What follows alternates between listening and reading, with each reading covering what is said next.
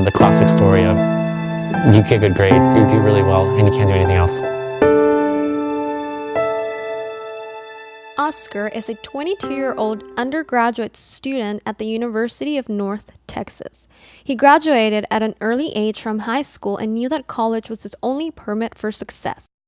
For me, I see it as an accomplishment of my family, like of what we've done since first, being first generation here, you have nothing to look up to. You are the pioneer for everything.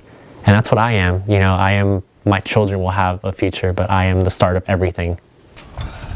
But this isn't just the story of a regular student. This is the life of a man that has faced many obstacles in his life. Most of the time I grew up with a single mother, and my dad wasn't there, but honestly I say he wasn't there. My mom just tried her best with, she was, single mother, like working 4 hours a week, trying to be independent, trying to be strong for all of us. And she taught me that, if you want something in life, you gotta earn it, you gotta go fight for it.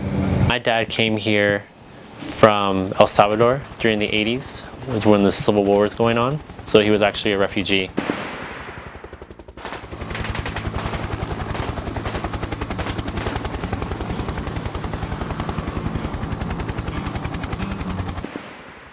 The Civil War in El Salvador was a conflict between the military-led government and the National Liberation Front organization of 5 guerrilla groups. About 500,000 people had to leave everything behind, and one of them was Oscar's dad.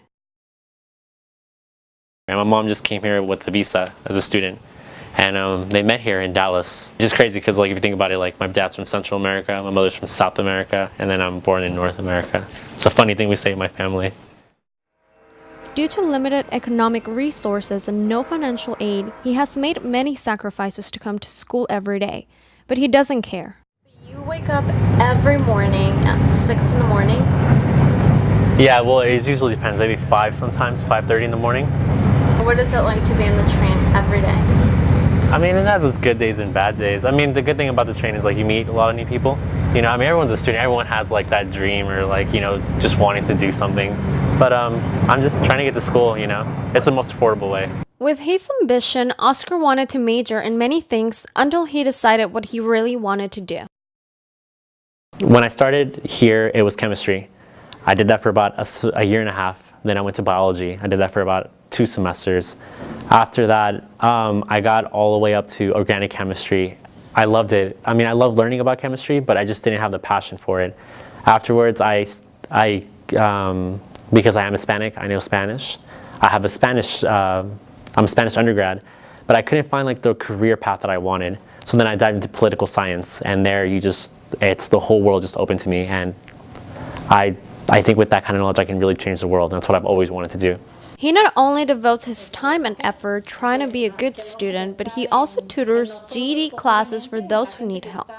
Some of the students actually, they don't really have much of an education in their own countries, and they can't really speak that well or read that well in their own language. So we do some basic literacy stuff too as well. Oscar, yeah, he's a very caring teacher. All of the students adore him.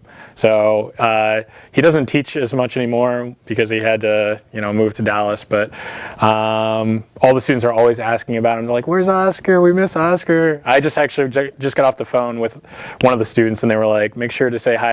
He is part of the National Collegiate Hispanic Honor Society and has volunteered for the UNT Success for Life through reading.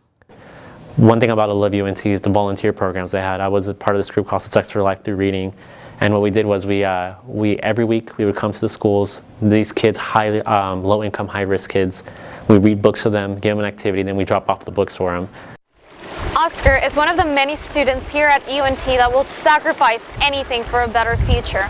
He wakes up every morning with a positive attitude and with the ambition to make a difference in the world.